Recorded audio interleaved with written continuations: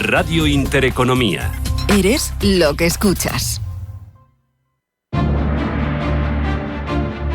En Radio Intereconomía, Pulso Geopolítico. Análisis sobre los nuevos desafíos mundiales. Presenta Rafa Jiménez.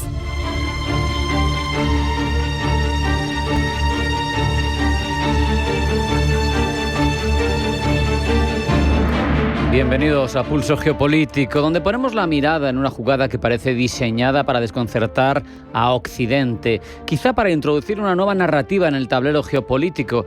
Vladimir Putin ha asegurado que Rusia planea reducir su gasto en defensa en los próximos años. La afirmación, realizada unos días después del cierre de la compleja cumbre de La Haya, la de la OTAN, ya saben, la del incremento de gasto, choca frontalmente con ese clima estratégico que se vive en Europa. Ministros advirtiendo a la población de que más tarde o más temprano habrá un conflicto armado, ministros justificando incrementos de gasto de hasta el 5% del PIB de aquí a 2035, y todo en un momento en el que las capitales europeas debaten cómo financiar un rearme masivo. Pues en ese contexto viene Putin y aparece sugiriendo una contención presupuestaria. Con ello introduce una pregunta incómoda. ¿Quién está realmente promoviendo la carrera armamentística? La intervención del líder ruso, por otra parte, no se puede entender casual ni inocente, es evidente.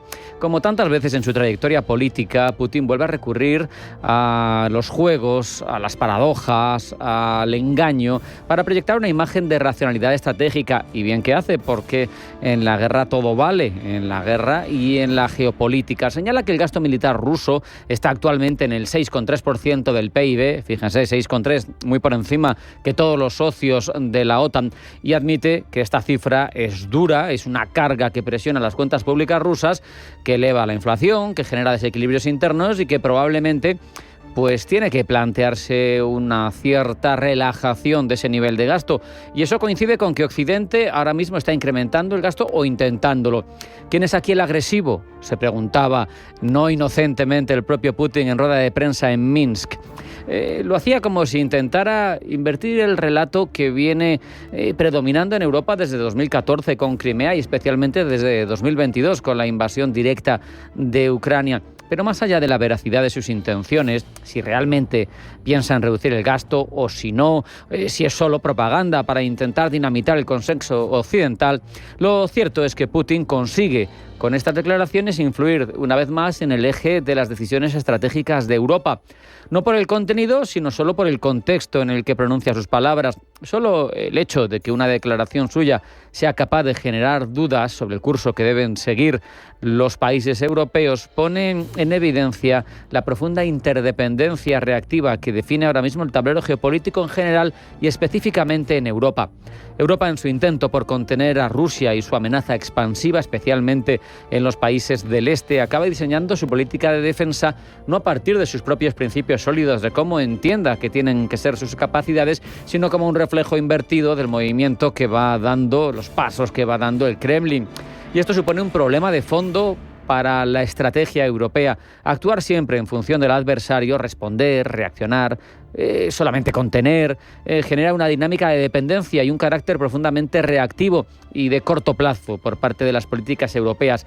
La política exterior del continente, de los miembros de la OTAN, se convierte muchas veces en un juego de espejos. Si Rusia amenaza, Europa se rearma. Si Rusia se modera, pues Europa duda. Y si Rusia se confunde, pues no se confunde, sino que confunde, quiere confundir, es lo que parece que quiere Putin. Pues ahora lo que hacemos nosotros es no saber muy bien hacia dónde dirigirnos. Este patrón es comprensible en una situación de emergencia. Reaccionar cuando se produce, por ejemplo, la invasión de un país soberano, como sucedió en febrero del 22, es lo lógico. Tienes que ser reactivo porque no te esperas y cuenta con el factor sorpresa esa invasión. Pero cuando eso se mantiene como política vertebradora de tu rearme y de tu planteamiento estratégico a largo plazo, pues ya no funciona. Es una receta para la inestabilidad. Rusia, en todo esto, lo que está demostrando es una capacidad envidiable de dominar el arte de la ambigüedad estratégica. porque Putin parece tener muy claro que no solo mueve tropas o gasta en defensa o invierte en guerras híbridas de esas que no se ven, sino que lanza incluso mensajes calculados, muy viejos. Es algo que se ha podido hacer históricamente en los enfrentamientos entre potencias desde hace siglos. Es evidente que no le cuesta nada lanzar esos mensajes calculados y sembrar la incertidumbre. Busca erosionar al final Putin la cohesión occidental, y no con un ataque directo, sino solamente con un cambio, en principio manifestado, de intenciones. Esto te lleva a preguntarte, yo me preocupo a largo plazo como europeo, pero ¿y si estoy sobreactuando? ¿Y si Putin en el fondo quiere negociar y se ha visto sobrepasado por esa ampliación de la OTAN hacia el este? ¿Y si el gasto masivo en defensa nos lleva al mismo callejón sin salida que tuvo que afrontar la Unión Soviética durante la Guerra Fría? Eso no hace otra cosa más que ponernos sobre la mesa la fragilidad del consenso estratégico europeo. Europa podría estar repitiendo algunos errores de los que siempre ha intentado huir. Esas decisiones políticas aceleradas, la presión presupuestaria sin una estrategia clara de retorno. Porque el hecho, es evidente, no basta solo con gastar más, hay que explicar para qué, cómo, con qué horizontes y qué se va a llevar en detrimento de ese gasto en defensa, de dónde va a salir, qué van a verse privados, de qué van a verse privados los europeos para aumentar el gasto en defensa. Hay que entender que la seguridad no se garantiza solo con más tanques, se garantiza con cohesión social, con legitimidad democrática, con definición de intereses propios. Tenemos que recuperar la capacidad de liderazgo moral y político, responder a las amenazas, bien, pero también anticiparlas. Europa, si quiere ser algo más que un campo de juego entre distintas potencias, ahora mismo un Estados Unidos potente que no quiere seguir tutelándonos, una Rusia que se quiere marcar tantos hacia el oeste y una China que mira todo contenta porque ella no se juega nada en este territorio, pero se debilitan todos. Pues Europa, necesita en ese contexto dejar de comportarse como un jugador reactivo, invitar a salir, que salgamos del cortoplacismo. Putin lo ha entendido a su manera, no necesita ganar siempre, solamente con ganar el relato ya le va valiendo, porque el futuro no se construye solo a base de reacciones, se construye a base de convicciones, de voces unidas, de cohesión estratégica y de remar todos juntos hacia un objetivo, y de eso ahora mismo adolece Europa. Ahora necesitamos mucha más Europa y mucha más unidad, pero no se ve por ninguna parte. Vuelve a ganarnos la partida el Kremlin. Ahora, tal y como hacemos habitualmente, nos vamos a una pequeña parada. A la vuelta a titulares de geopolítica, que la Bora Blanca del tronco no se vayan, porque es solo un pequeño alto en el camino. Sigue Pulso Geopolítico en Intereconomía.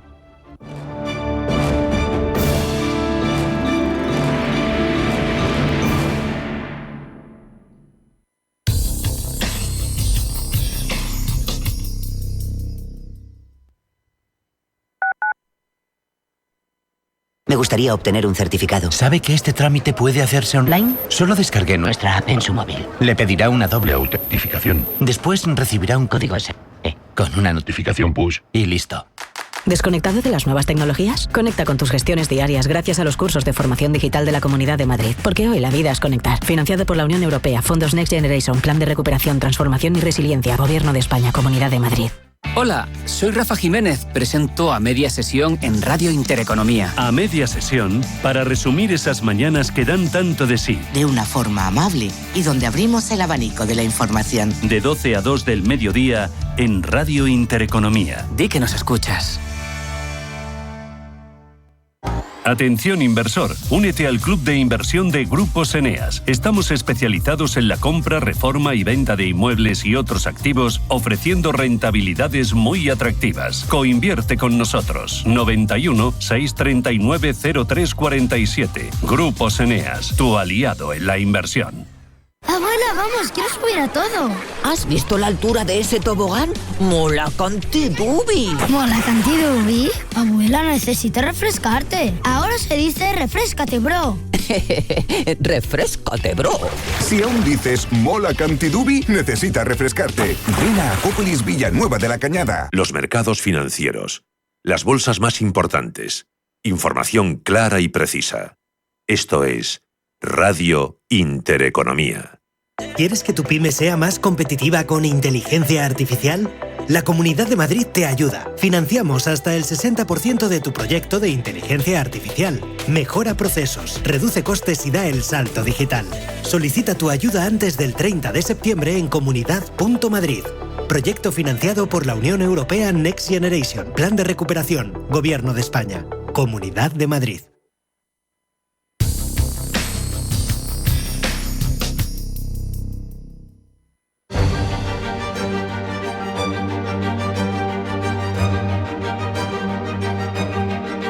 En Radio Intereconomía, Pulso Geopolítico.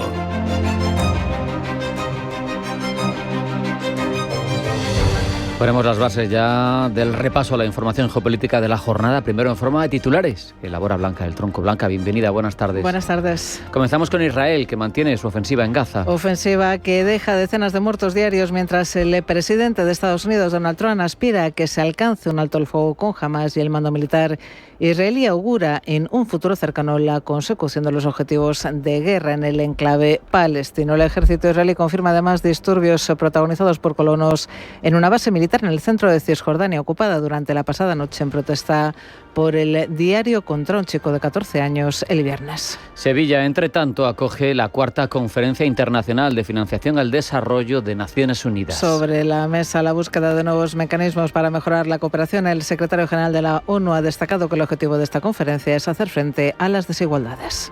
La tendencia natural de las cosas es aumentar las desigualdades, aumentar las injusticias y con eso aumentar el riesgo de conflicto, aumentar el riesgo de inestabilidad en el mundo. Y es por eso que esta conferencia es muy importante, porque es una conferencia de lucha contra esta tendencia. Por cierto, que en el marco de esta conferencia, Macron, Sánchez y el presidente de Colombia, Gustavo Petro, se reúnen junto a otros líderes para reafirmar el pacto por la prosperidad de los pueblos frente a las tensiones mundial y la presión a la cooperación internacional. Ucrania, entre tanto, insta a la Unión Europea a embargar activos rusos. Políticos y economistas ucranianos instan a los socios europeos a embargar algo más de 200.000 millones de euros en activos rusos congelados para apoyar la defensa de Ucrania contra Rusia en un momento en el que el apoyo de Estados Unidos pende de un hilo. Canadá reanuda la negociación comercial con Donald Trump tras eliminar el impuesto a las tecnológicas. El Departamento de Finanzas de Canadá ha anunciado en un comunicado que rescindirá el impuesto a servicios digitales en anticipación de un acuerdo comercial mutuamente benéfico con Estados Unidos. Lo hace después de que Trump anunciase el viernes que rompía con efecto inmediato la negociación comercial con Canadá tras reprocharle que ese impuesto siguiese en vigor.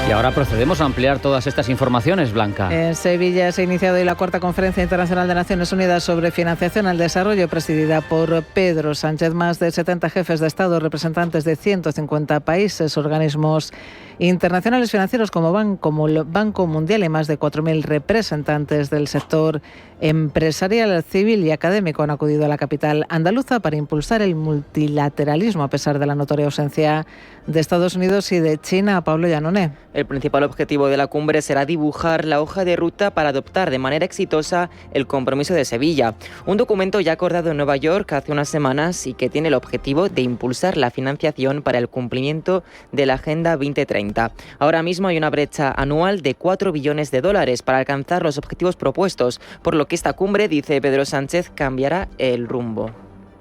Creemos desde el Gobierno de España que esta cumbre es una oportunidad para corregir el rumbo, para alzar nuestra voz frente a los que intentan convencernos que la rivalidad y la competencia van a marcarle el paso a la humanidad y a su futuro.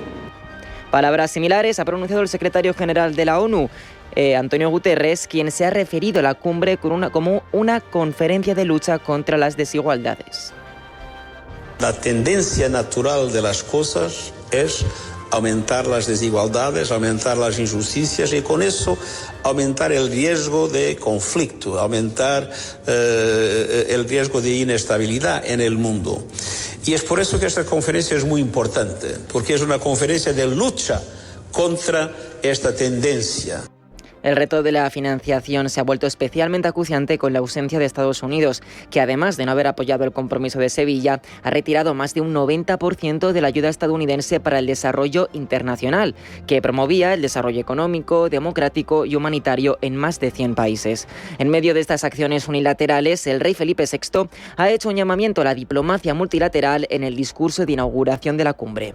Pese a las dificultades, debemos persistir en el largo camino de la diplomacia multilateral. No porque creamos que sea siempre el camino más rápido o directo, ni porque nos neguemos a ver sus evidentes fallas, sino porque sabemos a dónde han conducido otros caminos a lo largo de la historia.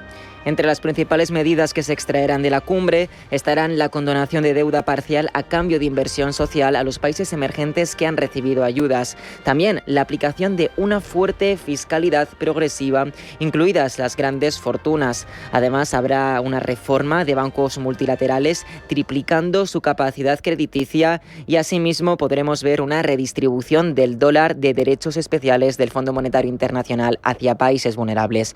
Y finalmente encontraremos el establecimiento del monitoreo del cumplimiento del compromiso de Sevilla mediante la recién lanzada Plataforma de Sevilla. El vicepresidente del Banco Central Europeo, Luis de Guindos, asegura que el comercio internacional se enfrenta a una feroz incertidumbre, por lo que el BCE debería mantener abiertas, dice, todas las opciones de tipos. Guindos espera además que se alcance un acuerdo con Estados Unidos antes del 9 de julio. Eva Villanueva. El número 2 de Lagarde, Luis de Guindos, ha señalado cómo Europa debe independizarse de Estados Unidos en múltiples áreas, pero como socios comerciales claves se ha mostrado esperanzado en que haya un acuerdo antes del 9 de julio entre la Unión Europea y Estados Unidos, pero dice que tampoco hay que cegarse por esta cuestión, ya que no es la única que debe preocuparnos. Dice que hay que vigilar el acuerdo de Trump que cierre con China. Vamos a ver cómo se van concretando, ¿no?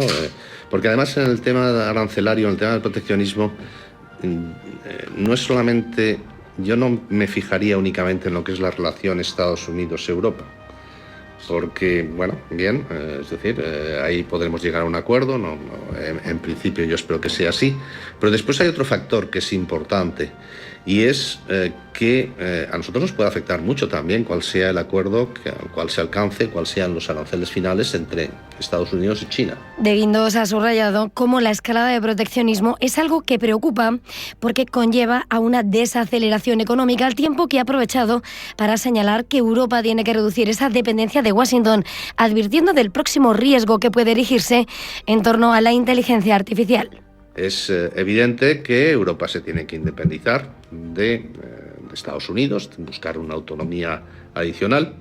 Ello, lógicamente, tiene numerosas implicaciones. La primera y la más evidente es el gasto de defensa. Pero también existen otro tipo de dependencias, es decir, dependencias tecnológicas. Piensen ustedes, por ejemplo, los medios de pago. Los medios de pago son, en Europa son Visa y Mastercard, son empresas americanas. Piensen, por ejemplo, ustedes en la nube.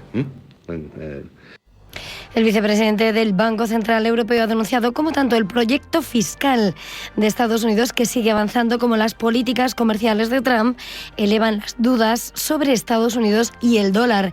Y es por eso por lo que dice que Europa debe jugar sus cartas y podría aspirar a convertir al euro en la reserva.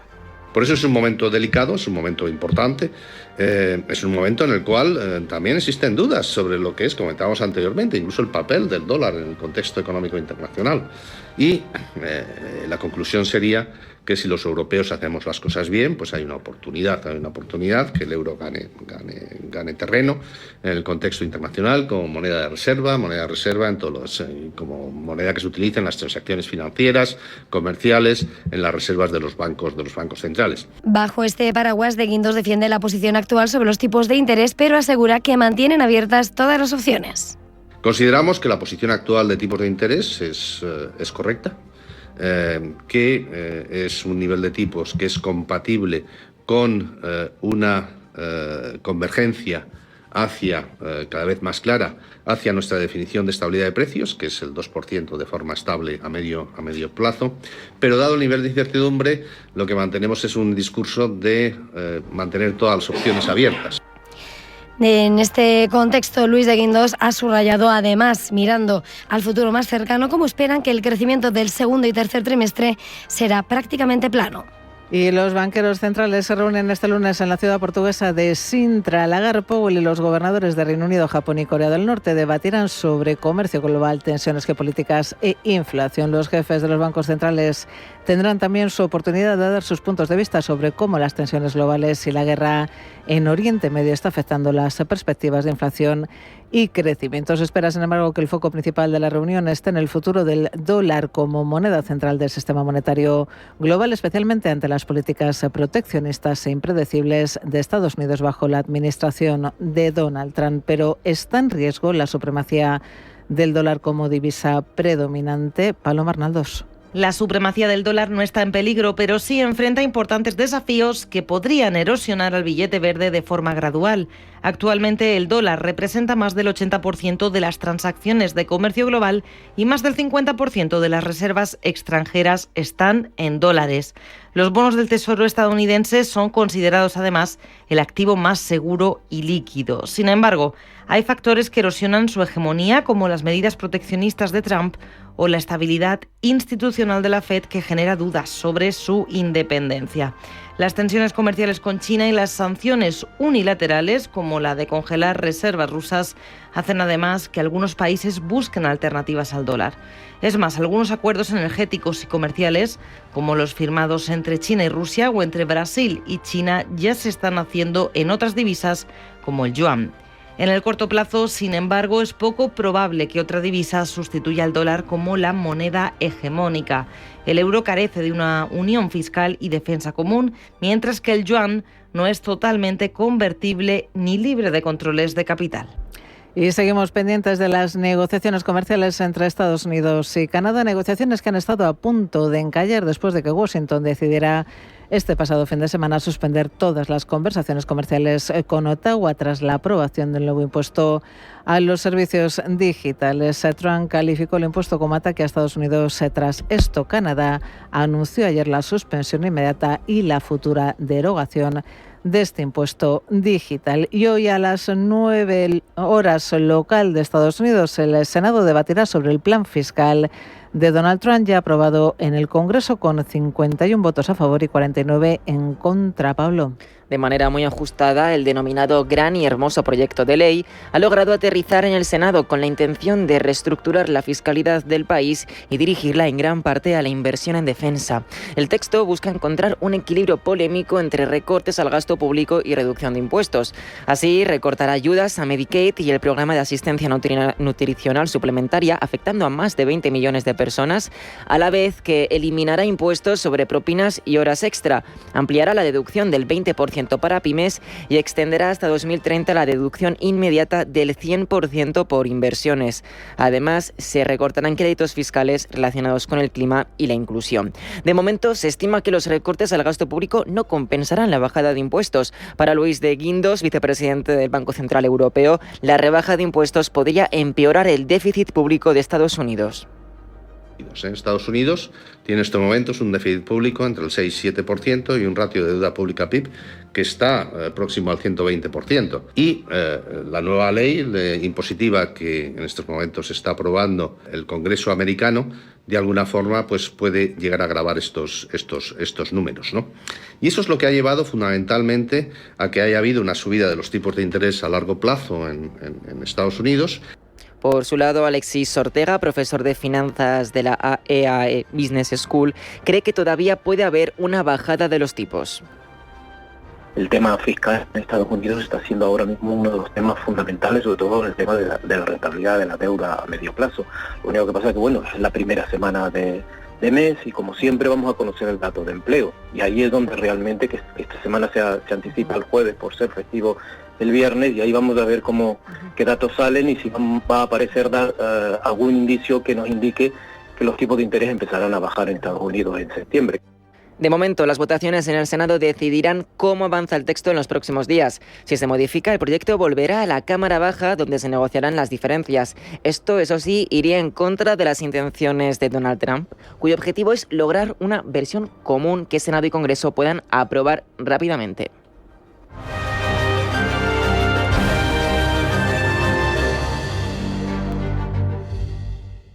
En Radio Intereconomía, Pulso Geopolítico. Presenta Rafa Jiménez.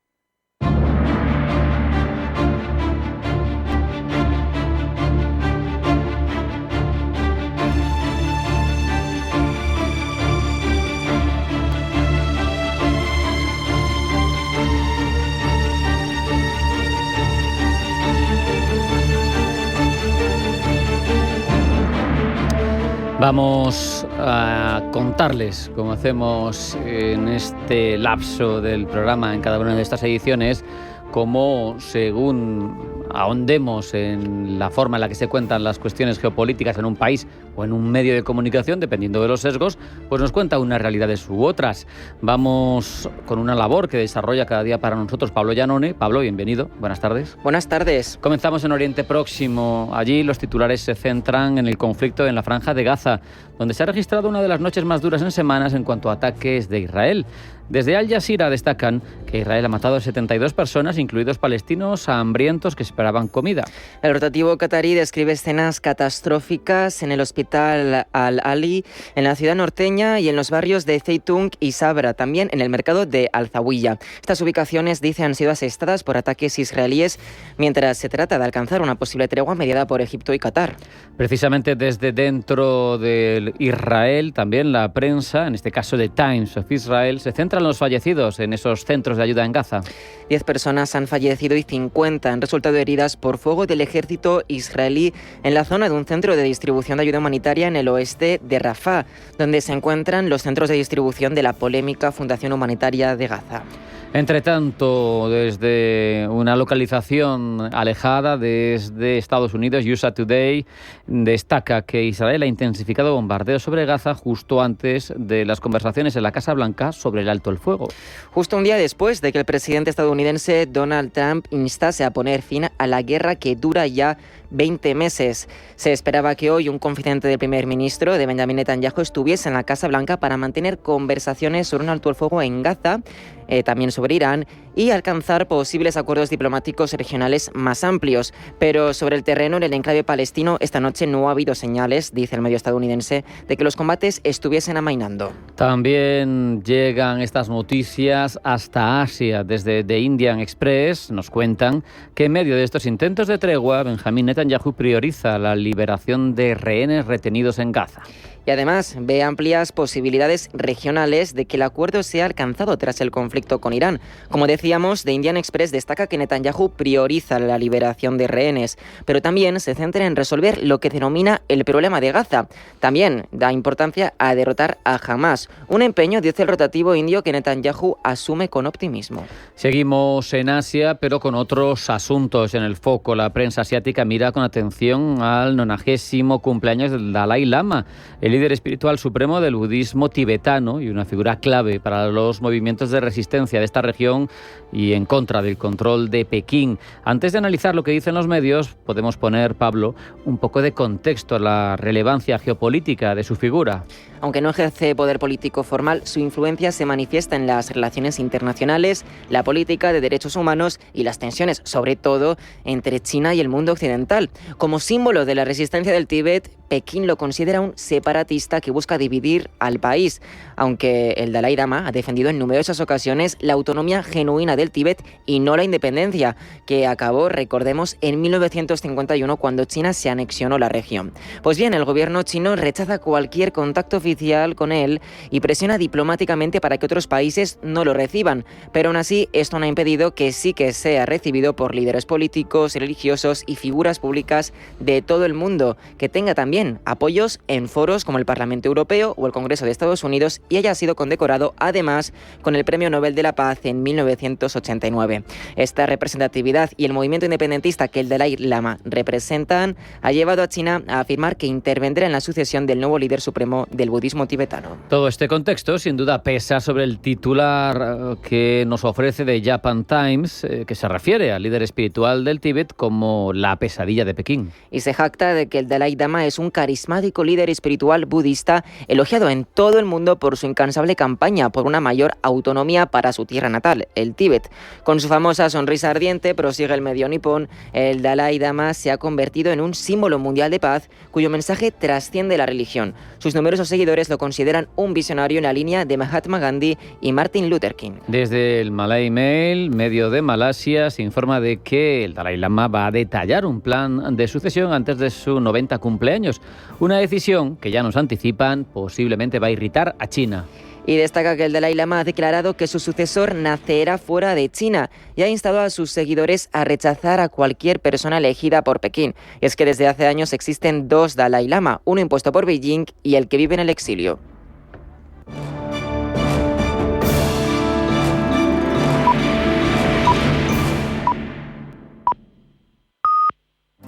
Demo Broker Global, la plataforma a tiempo real de Banco Big que te permite invertir con 100.000 euros ficticios para que practiques sin compromiso. Entra en bancobig.es y aprende a invertir como un verdadero broker. Banco Big, nos mueven tus valores.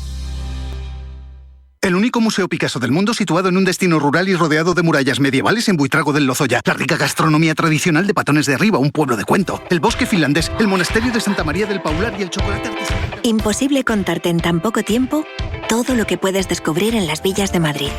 El mejor estilo de vida del mundo. Comunidad de Madrid. Bontobel Asset Management. Calidad suiza con el objetivo de obtener rendimientos superiores a largo plazo. En Bontobel Asset Management siempre estamos a la vanguardia de las inversiones activas en bonos y acciones. Para más información, entre en nuestra página web bontobel.com/am. Bontobel Asset Management, su especialista global en fondos de inversión. Disfrute del Viaje del Arte, el curso de verano organizado por la Fundación Amigos del Museo del Prado y la Universidad Complutense de Madrid entre los días 1 y 3 de julio. Más información en amigosmuseoprado.org, con la colaboración de la Fundación ACS. ¿Quieres saber más acerca del hidrógeno? H2 Intereconomía te cuenta las últimas novedades, avances tecnológicos y entrevistas de interés sobre este medio energético. Los martes, de 11:30 a 12 de la mañana, H2 Intereconomía, presentado por Rubén Gil, tu espacio semanal sobre el hidrógeno. Porque en Radio Intereconomía apostamos por el sector energético y la energía limpia.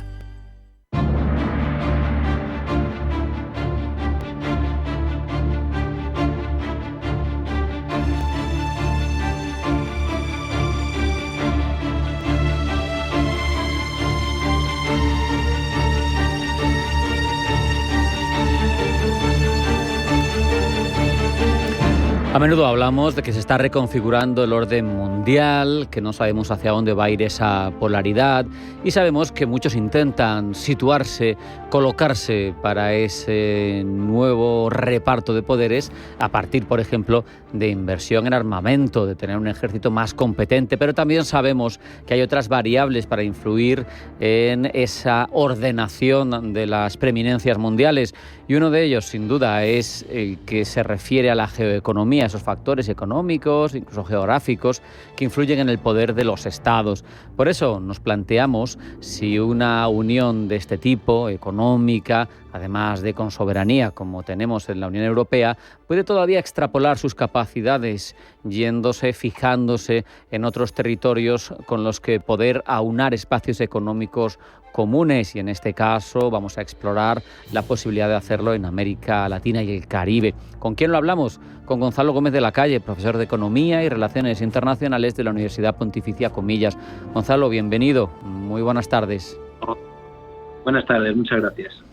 Gonzalo, sabemos, ¿no?, la rivalidad geopolítica, ahora el proteccionismo de Estados Unidos, la Unión Europea intentando redefinir sus arquitecturas. Y te pregunto, ¿cómo encajaría esa unión de un espacio económico común con América Latina, con el Caribe, para que fueran fiables y afines las relaciones económicas en ese espacio global? Bueno, en este caso Iberoamérica nos permite plantear la posibilidad de hacer una economía de forma más integrada por su complementariedad con la economía europea. Si al final Europa tiene desarrollos, innovación y producción de tecnología de alto valor añadido, e Iberoamérica tiene básicamente materias primas. Si bien es cierto que podríamos decir que este sistema podría mantener ese esquema de extractivo de materias primas, lo ideal sería que esa cooperación económica se trasladase también a traslados de tecnología que los países europeos pudiesen favorecer para aumentar la productividad de Iberoamérica. Es decir, no es un planteamiento ilógico ni es un planteamiento totalmente errado. La creación de un espacio económico integrado por Unión Europea y América Latina, Caribe, abarcaría 1.100 millones de personas. Se supone que crecería el comercio, tanto en global como dentro de ese espacio, ¿no? Al final, esto teniendo en cuenta también, pues eso, por un lado los servicios y la capacidad de Europa, por otro lado las materias primas, pero incluso sectores descarbonizados de valor añadido, esto supondría un elemento importante en volumen económico, ¿no? En valor añadido de ese constructo, si me permites, geoeconómico y político. Hablamos de que estaríamos viendo el nacer de un sistema económico o un espacio donde se incrementaría el comercio birregional en un 70% y un 40% el comercio interregional. Es decir, al final estaríamos hablando de que las cadenas de suministros se podrían ser más seguras, más integradas, más estables y al mismo tiempo podríamos estar hablando de que se podría facilitar, digamos, el intercambio de flujos de personas, capitales y mercancías y servicios, que es, al fin y al cabo, lo que tenemos en la Unión Europea, pero es que recientemente se están planteando la creación de un espacio Schengen en la zona de Iberoamérica, ¿no? Claro. Estamos planteando replicar Europa. Sabemos, sin embargo, Gonzalo, que siendo aquello terreno abonado históricamente para Estados Unidos, que lo tiene en cierto modo abandonado, hay cada vez más presencia de Rusia, de China en la región, pero en cualquier caso, ¿cómo interferiría esta posible unión económica, pues eso, con los intereses de otros actores verdaderamente de peso, pues las dos primeras economías del mundo, sin ir más lejos, ¿no? La china y la estadounidense? Básicamente, al final lo que estamos viendo es que China ha irrumpido en el panorama iberoamericano para poner en cuestión el predominio de Estados Unidos. ¿Cómo?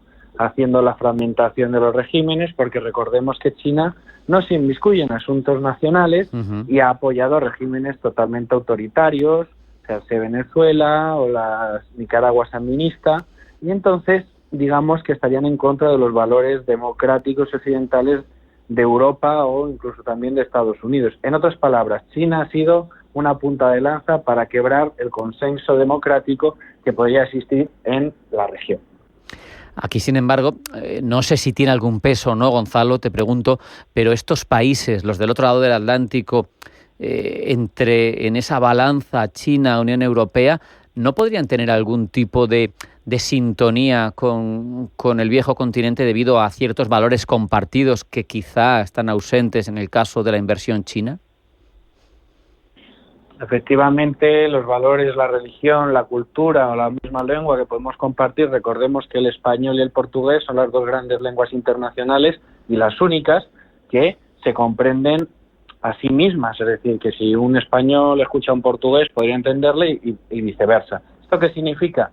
Que el proceso, digamos, de alineación de intereses, valores, es mucho más sencillo que China, que plantea totalmente un asalto o dicen, oye, yo he sido potencia, quiero volver a ser potencia, para ello yo no tengo que estar alineado con los valores occidentales y me da igual si hace falta copiar, me da igual si hace falta si tengo que no tener en cuenta los derechos humanos y mirar hacia otro lado. Entonces, la existencia de China lo que supone es quebrar un consenso, quebrar las alianzas y tener la existencia de regímenes totalmente independientes y excluyentes entre sí, porque la Argentina liberal de Milei no se va a hablar, por ejemplo, con la Nicaragua sandinista. ¿Por qué? Porque no cumplen, digamos, ese consenso democrático de valores y una economía abierta de mercado. Entonces China se beneficia de esa división que ella misma genera. Sabemos que el acuerdo con Mercosur, que tanto tiempo lleva pergeñándose, es un hito importante, pero imagínate que se amplía hacia ese espacio económico común. ¿Cómo se integra Mercosur? ¿Cómo se implementa, se incorpora a un esquema como este? Bueno, al final tenemos que tener en cuenta que esta integración económica pues se plantea con este marco avanzado del Mercosur o marcos como puede ser el de la Unión Europea-Chile, y que aunque han sido el de Mercosur, que ha tardado bastantes años, más de una década, en poder, digamos, tener concluir en buen puerto, todavía eso está todavía por definir, o el acuerdo de modernización de la UE México, estamos viendo cómo la Unión Europea está planteando nuevas alianzas con estos países, integrándolos todas ellas, aunque sean de forma individual, porque Iberoamérica no tiene un proceso de constitución y de armonización con un proceso como el de la Unión Europea, nos obliga a los europeos a tener que hacer acuerdos bilaterales o con aquellas comunidades o organizaciones que lo pueden hacer. ¿Cómo se debería de integrar en este nuevo arquetipo económico? Con mayor integración a nivel de facilidades de exportación e importación en sus materias primas, pero también a la hora de recibir la competencia europea, porque muchos países como Brasil y Argentina son muy proteccionistas de su industria local, en este caso del automóvil. Eso también hay que tenerlo en cuenta. Si hacemos un arquetipo económico, tiene que ser un arquetipo donde se levanten esas barreras, porque históricamente el comercio internacional siempre ha beneficiado a ambas partes. Claro. Para terminar, Gonzalo, te pregunto, más allá de beneficios económicos directos, esta posibilidad, esta estrategia que tiene, como digo, un componente geopolítico por geoeconómico, ¿no? Va a fortalecería, si se lleva a cabo, el papel global de la Unión Europea. ¿Serviría para que pesemos más y para que cambien ciertos equilibrios, o se quedaría simplemente en una cuestión de índole solamente económica? Aquí al final es el planteamiento de decir, oye, si tenemos interdependencia económica, si tú eres un aliado mío, si eres un socio mío definitivo, obviamente voy a tener más intereses compartidos contigo y la seguridad es uno de ellos. Seguramente unas cadenas bien integradas a nivel de suministros llevaría a los países de la Unión Europea a extender su paraguas de protección y de proyección de su poder militar, su hard power o geopolíticamente hablando, es decir, mandar nuestros barcos, nuestros submarinos, nuestros aviones de combate y sobre todo nuestro ejército de tierra en aquellas posiciones donde viésemos que se necesita apoyo por intrusismo de otras potencias emergentes. Con esa reflexión nos quedamos, ojalá vayamos hacia allí, porque en las alternativas que tenemos, desde luego, parece una de las más lógicas. Gonzalo Gómez de la Calle, profesor de Economía y Relaciones Internacionales de la Universidad Pontificia Comillas. Muchas gracias. Un abrazo. Un abrazo a vosotros. Hasta luego.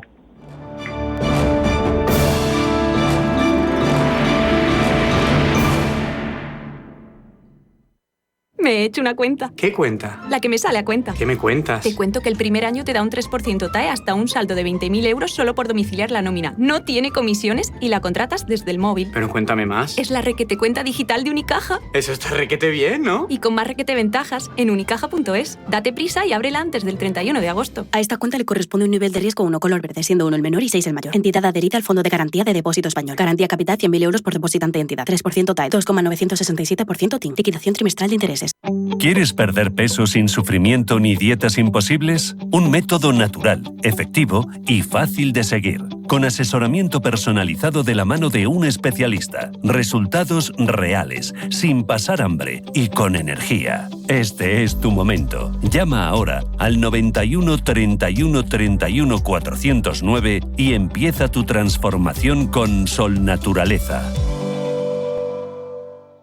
Con casi 800 años de historia, la Universidad de Valladolid ha formado a miles de personas. Hoy sigue mirando al futuro. Más de 70 grados y dobles grados. Visión internacional. Formación integral de las personas. Un lugar donde descubrir quién eres. Y llegar a ser quien quieres ser. Universidad de Valladolid. Lo que somos. Lo que serás. uva.es.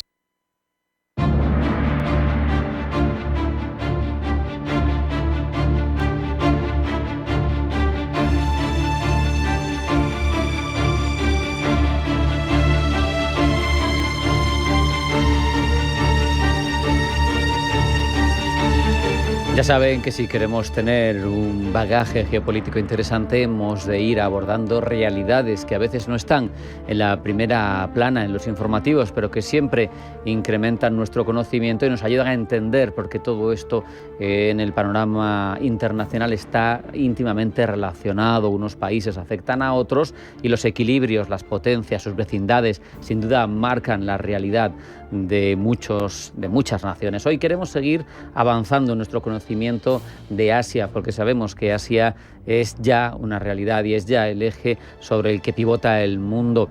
Por eso vamos a hablar de Myanmar y de su historia más que convulsa. Lo hacemos con Guillermo Moya Barba, que es analista político y doctorando de la Universidad Rey Juan Carlos de Madrid. Guillermo, bienvenido, buenas tardes. Buenas tardes, Rafa, muchas gracias por tenerme aquí otra vez. Como digo, es un punto estratégico. Myanmar se ubica entre China e India, pues tiene muchas vecindades, frontera también con Laos y Tailandia.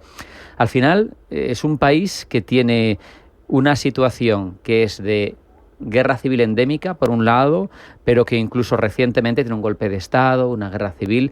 ¿Cuál sería el panorama que me contarías si te pregunto, pues eso, por la realidad ahora mismo de Myanmar? Bueno, Myanmar es un país realmente complejo.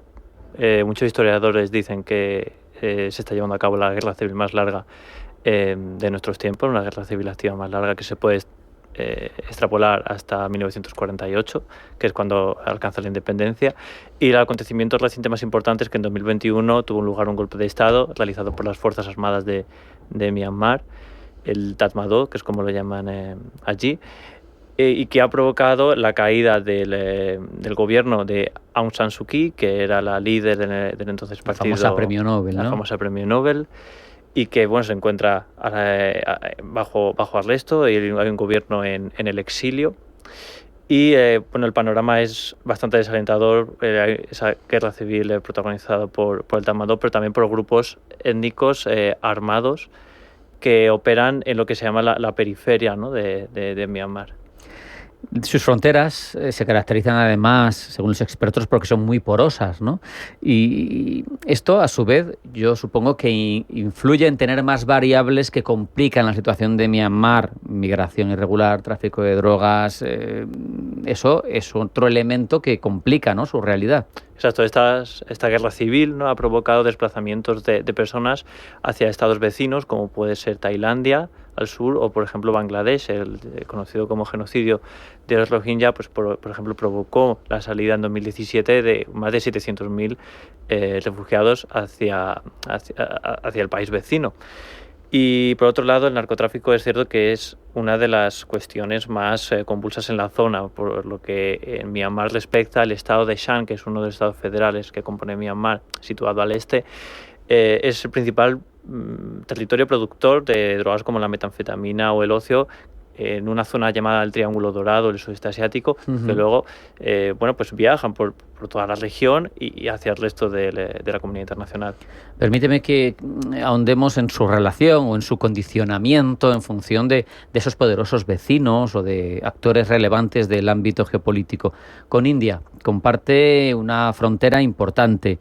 Esa inestabilidad de Myanmar seguro que le afecta a la India de una manera o de otra, ¿no? Pero ¿cómo se relacionan? Porque hay un desequilibrio grandísimo en cuanto a potencial en todos los órdenes, ¿no? Pero al final es un vecino soberano. Sí, efectivamente, la India comparte mucha frontera con Myanmar al oeste. Hay una cierta inestabilidad en esa zona, tanto dentro de India como en Myanmar. Es una zona también donde el narcotráfico ha encontrado una vía, ¿no?, para transportar estas mercancías. Y bueno, el gobierno de India se relaciona con la junta militar que tradicionalmente ha gobernado Myanmar de una forma, bueno, pues estable, ¿no?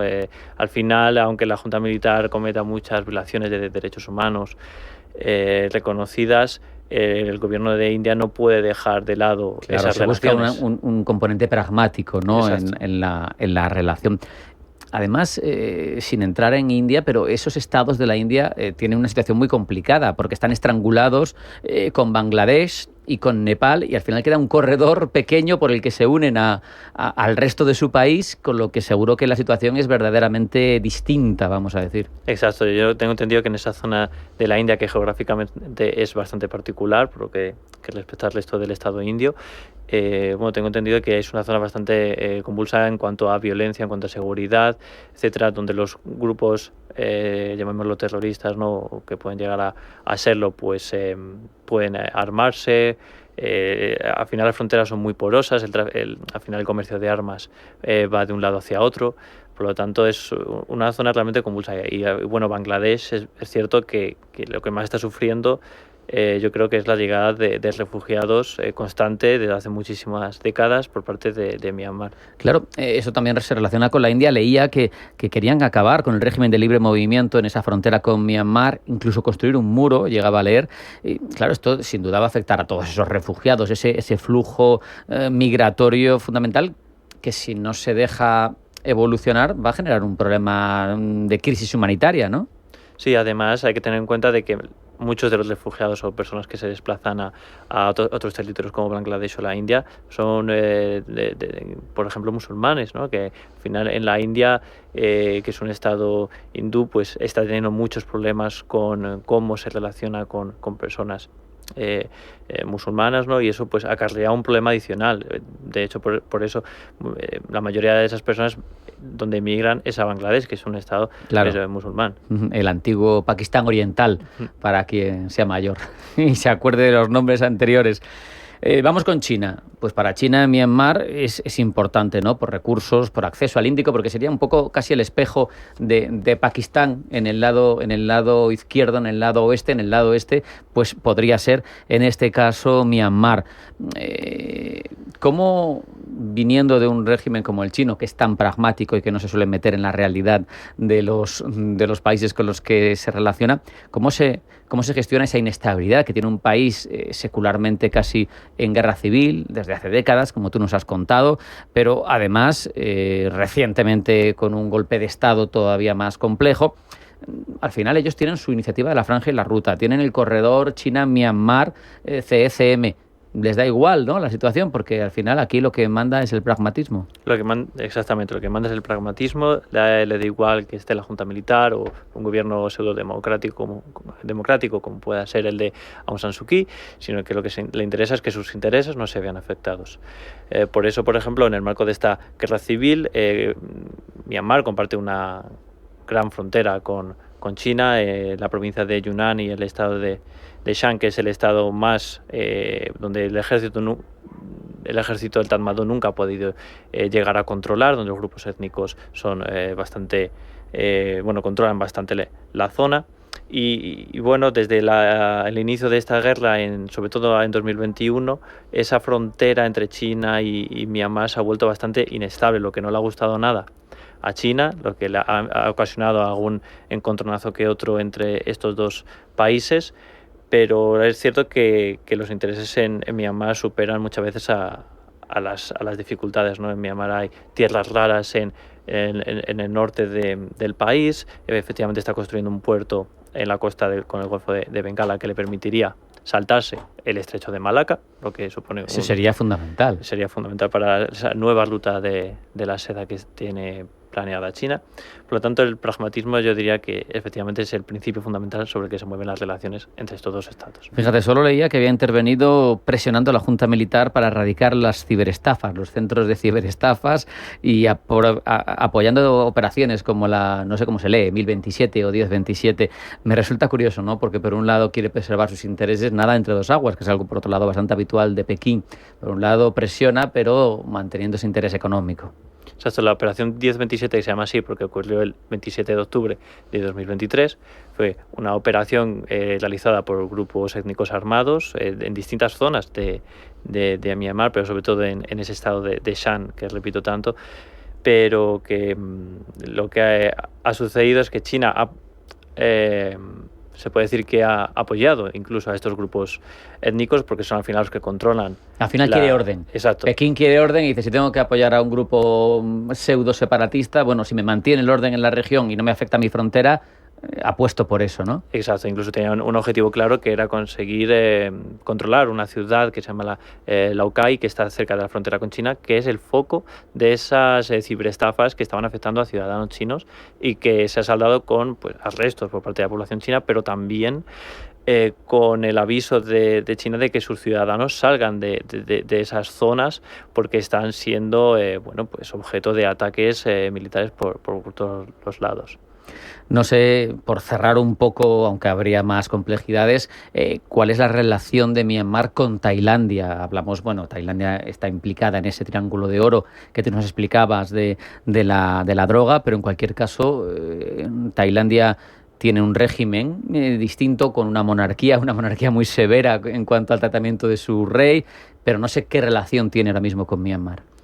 Bueno, tiene una relación de que Tailandia no quiere problemas, sobre todo en su frontera norte, más de los que ya tiene, sobre todo todo lo que tiene que ver con desplazamientos de personas. Luego, en materia de narcotráfico, Myanmar y Tailandia lo han enfocado de formas muy distintas. Mientras Myanmar ha decidido pactar con esos grupos étnicos que controlan el narcotráfico en el estado de Shan, Tailandia lo que hace es combatir ese narcotráfico. Es uno de los principales estados que lo combate, de esos estados de la región, junto con Laos, junto con Camboya, etcétera, ¿no?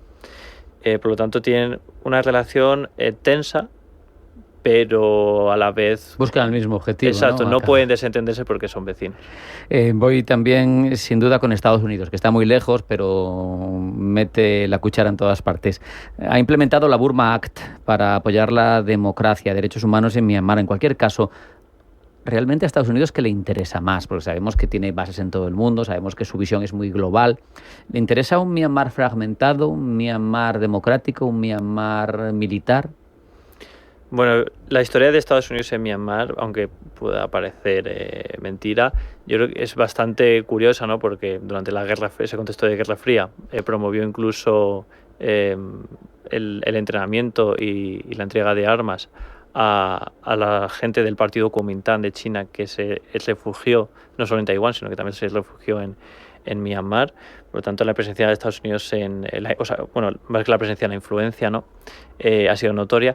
Y bueno, bajo mi punto de vista, yo creo que le puede llegar a interesar más un Myanmar democrático, ¿no? Un Myanmar que se abra al mundo y que no sea tan dependiente de China y que pueda compartir sus riquezas, sus recursos con otros estados, no solo con el régimen de Xi Jinping, que lo que está pasando ahora, que es prácticamente un estado dependiente del otro.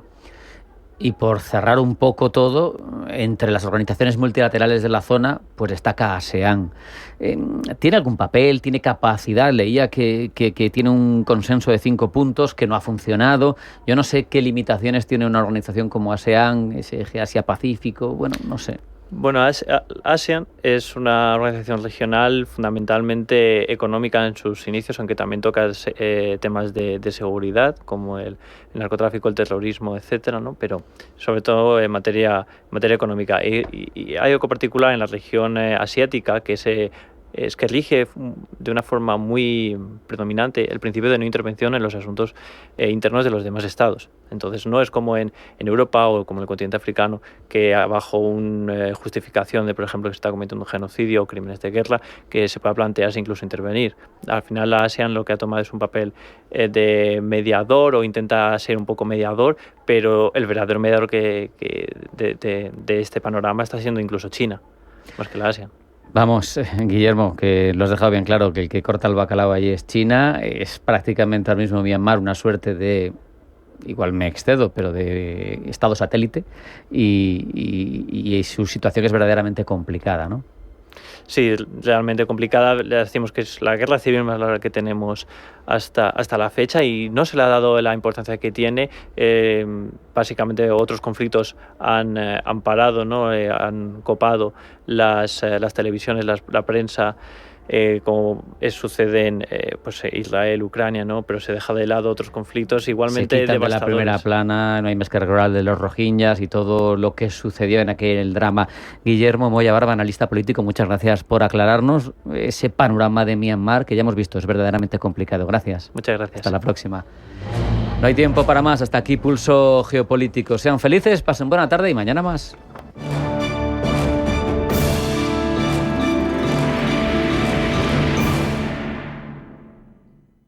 Por favor, un vermut. Un zarro. Zarro, por supuesto. El vermut Zarro es el vermut de Madrid, elaborado artesanalmente con los mejores botánicos y vinos de calidad. Un vermut genuino y con historia, orgulloso de sus orígenes castizos y más aún de su sabor. Y es que en grifo o en botella, vermut Zarro es el auténtico sabor del vermut de Madrid. Vive Zarro, siente Madrid. Las noches de lunes a jueves en Radio Intereconomía te convocamos a Disidencia Deportiva, un programa diferente, independiente, apasionante, disidente y deportivo. Disidencia Deportiva, de lunes a jueves a las 11 de la noche, tu tertulia de deportes en Radio Intereconomía.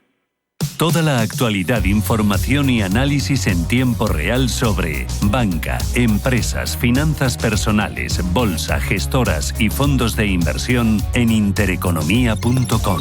Con la opinión de los mejores expertos del mundo económico, empresarial y bursátil. Toda la programación en directo y con la posibilidad de escuchar en cualquier instante los mejores momentos de la emisora española líder en información económica. Sigue bien informado en intereconomía.com.